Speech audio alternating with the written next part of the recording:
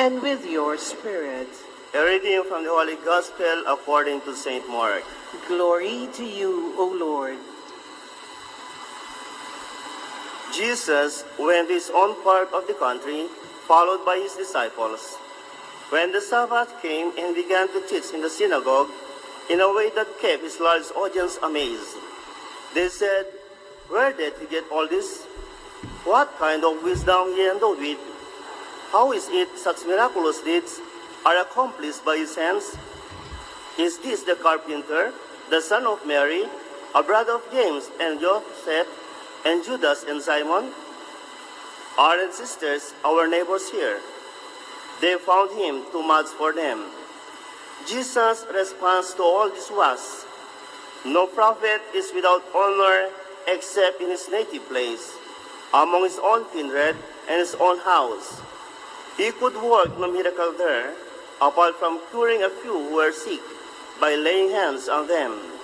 So much did their lack of faith distress him. He made the rounds of the neighboring villages instead and spent his time teaching. Brothers and sisters, this is the gospel of the Lord. Praise you, Lord Jesus Christ. Come, Holy Spirit, bless this unworthy priest that I may share with humility and with the heart, and that people listen with the hearts. Come, Holy Spirit, come. Sisters and brothers, I look at you today, and every Sunday, I look at different faces, and only God knows what you are going through. What happened before you left from your house? Kumusta doon? Some of you had a difficult week or a nice week. Kanya-kanya po tayong kwento when we gather together. And we come here because we want to encounter God. Coming here, we feel God's presence. We came here to encounter God, not to encounter Father Jerry, but God.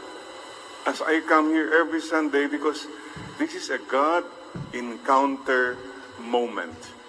Gem. Yes, we have a gem. Salamat po sa sakripisyo nyo, always coming here because you value this encounter with God. And tignan mo ngayon katabi mo, kumustahin mo lang, kumusta po kayo? Okay po ba kayo? How are you? Yan. Makialam po tayo sa isa't isa. You know what you just did? You made a gem.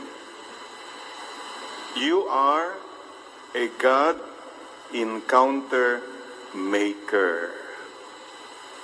Whenever you make the presence of God present, you are a gem. Pakisabi mo sa katabi mo, you are a gem. One gem? Yan. At sana, ang kabaliktaran po ng gem, huwag kang maging mega star. Interesting in the gospel today, the Lord went to his hometown, preached beautiful message of God. People were astonished, pero they did not see the God encounter moment. Naging mega star sila. Instead of seeing God, they saw, sino ba yan? Di ba? Anak lang yan ng karpentero. Di ba? Kilala natin yung nanay niya. Walang kwentang pamilya naman mga yan. Nanguna po ang pagiging megastar. Sisters and brothers, instead of seeing God, many times we see the negatives. Ito po ang hingin natin kay Lord today. Lord, Huwag na po sana akong maging nega star. Ano po ang nega star? Tignan po nyo.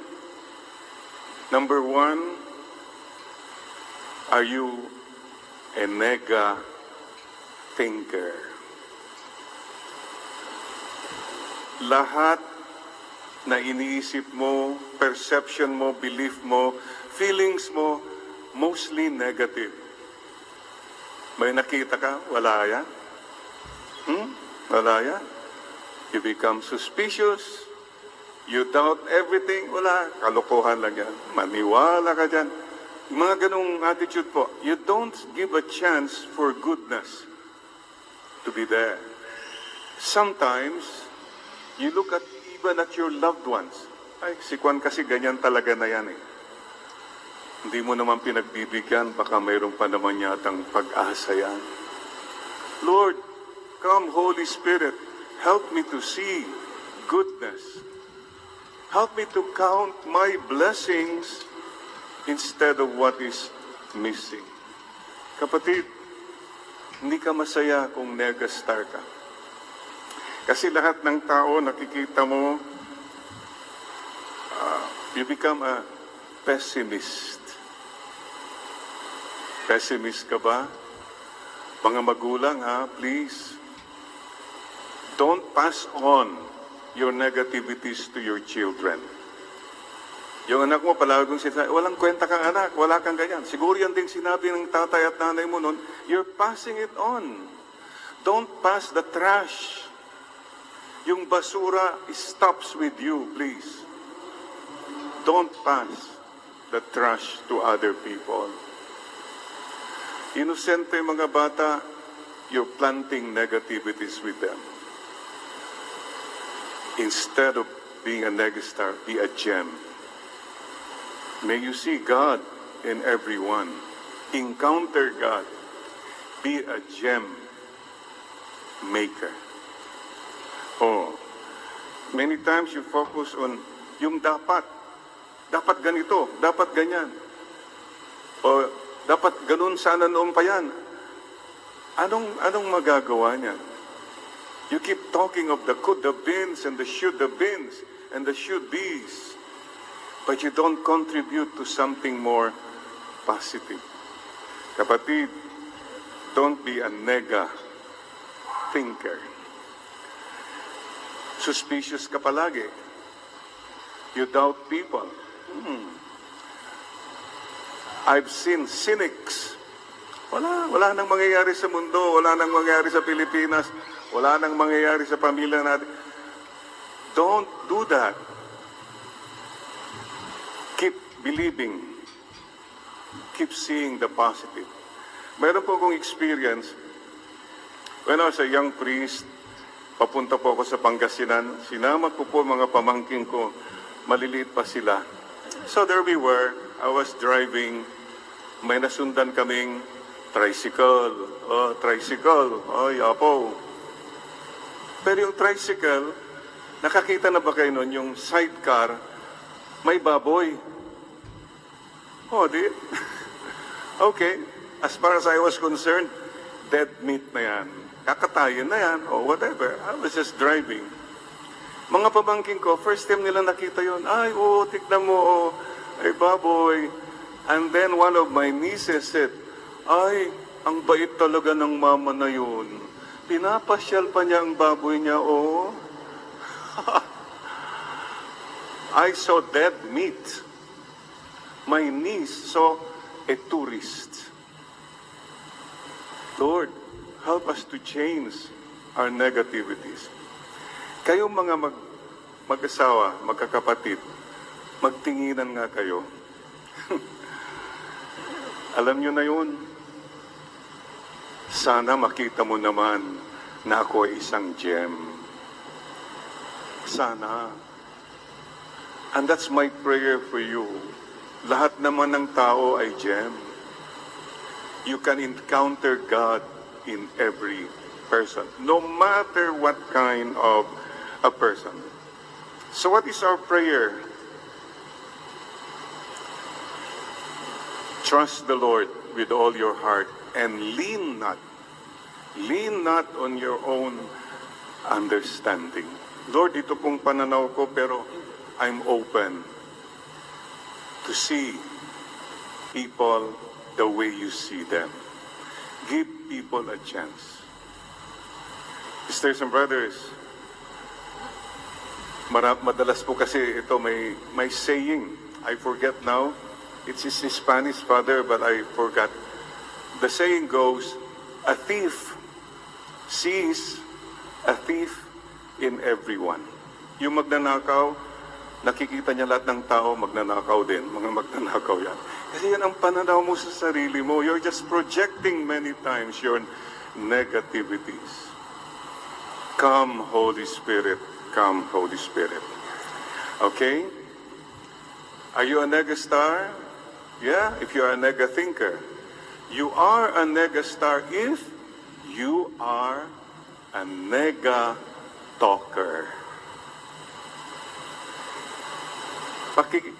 Check mo yung sarili mo. Do you talk negative? About everything, about everyone. Yung pag-iisip pa lang, sa'yo lang yan. Pero when you start talking negative, iba na yan. Marami ka nang nasasaktan. And magnify that with the internet. Ang daming nega-talk sa internet. Mayroon pong balita na ang paborito na pagkain sa labas ng langit, may mga kantin doon. Nako, may mga kantin. And the best food served there sa gilid-gilid ng langit, hindi pa nakapasok. Yung paborito doon ay yung lengua. Kapagkat maraming bago makapasok sa langit, pinuputol ang mga dila. Yung mga dila na yan na nagchismis, nag-scam, yung mga dila na yan na nagkuha ng fake news. What is the message? Lord, bless my tongue. And bless these fingers not to post, not to compose negativities. Ganito po yan mga kapatid. Those of you who think wala naman makakaalam mayroon po. Ganito po yan. Picture this. You are in front of God, wala kang kamalay-malay. Somebody stabbed you at the back. Hindi mo alam. But guess what? Sinong nakaharap? Si Lord. Kita niya kung sino ang nasa likod mo. So please, remember this. Wala namang makakaalam, malalaman din po yan. Promise God, stop killing people. This is what we call character assassination. Bashers, scammers. Mga kapatid, please stop talking negative. Gustong-gusto ko yan si Bruce. Wala pa akong nadinig na negative yan na kwento niya sa akin. Wala lang. Smile lang siya. That's it. Maybe that's one good thing for all of us. Pag nandyan na yung Department of Public Information na mga barkada mo, alam mo yung latest, mga ganon. Smile ka na lang. Huwag ka nang gumatong. Don't contribute. Don't be a part of people who destroy other people. Nega-talker. And isa pa po, yung negative talker din, when you talk about yourself, pwede ba stop talking about all your problems to other people? About your sickness, about your issues. Ang mga ibang tao may mga problema na sila So stop broadcasting your health issues, your problems, your miseries. It's okay not to tell people. I decided long time ago, I will not talk to people about my sickness, my problem. I don't have to. I choose not to.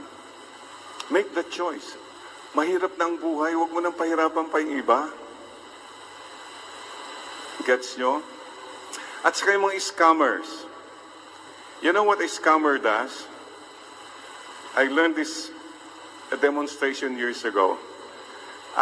Try lang natin. Pwede po ba itaas yung right hand nyo? Right hand? Yay! Then, left hand? Yay! Tapos, ilipat mo nga yung right hand dito sa left hand mo. Yan. Ang dami mga unggoy na kabitin sa baging.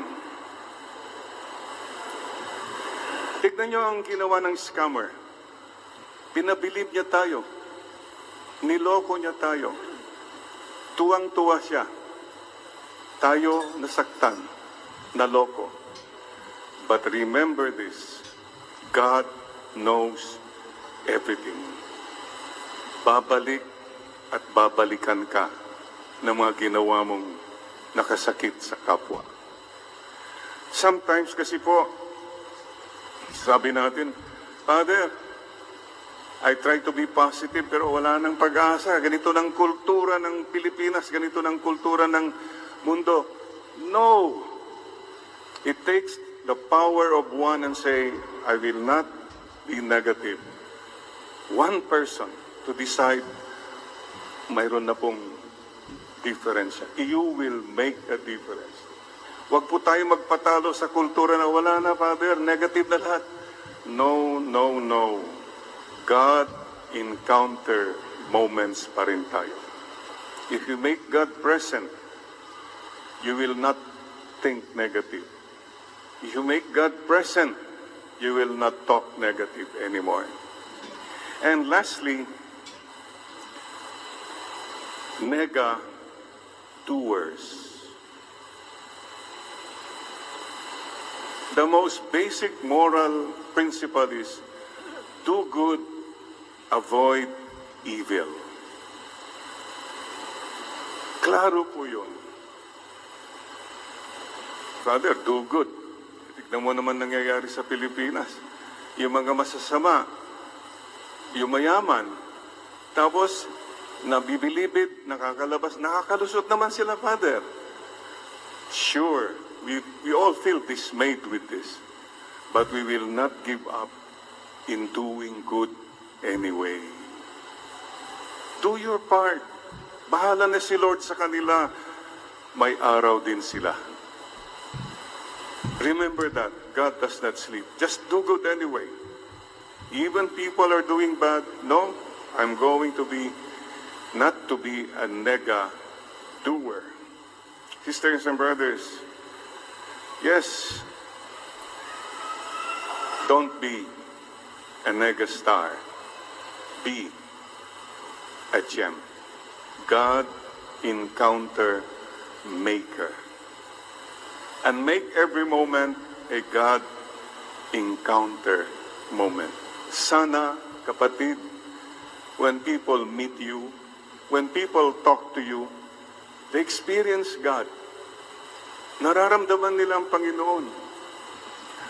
Kasi kung all you talk about are the negativities, all you talk about are about your life, your achievements, etc., your so-called ideas, baka naman hindi na nila ma-encounter si God kasi masyado kang pa-starring. Let God come out. The God that is in each and every one of us, let Him come out more and more. Remember the Indians. Remember their greeting? Are there some Indian sisters here? Namaste. Namaste. It's a beautiful greeting. Whenever we meet one another, they say, I recognize the God, the goodness that is in you. What a beautiful reminder that God is in each and every one of us. Kahit napakasamang tao, kahit napakasamang sitwasyon, God is there. Sisters and brothers, let's greet one another now. Namaste. I see God in you. I see goodness in you. Namaste.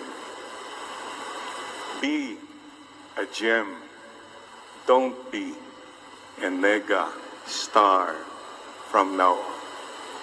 Come, Holy Spirit, come, Holy Spirit. Fill us with your presence. Help us to become makers of an encounter with you. God, encounter maker. And may every moment we will try, even in the most negative moments, we will make it a God encounter moment. This is our humble prayer in humility with our Blessed Mother.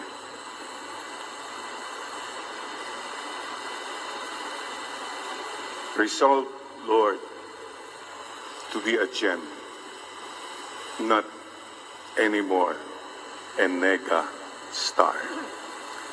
Starting today, now na.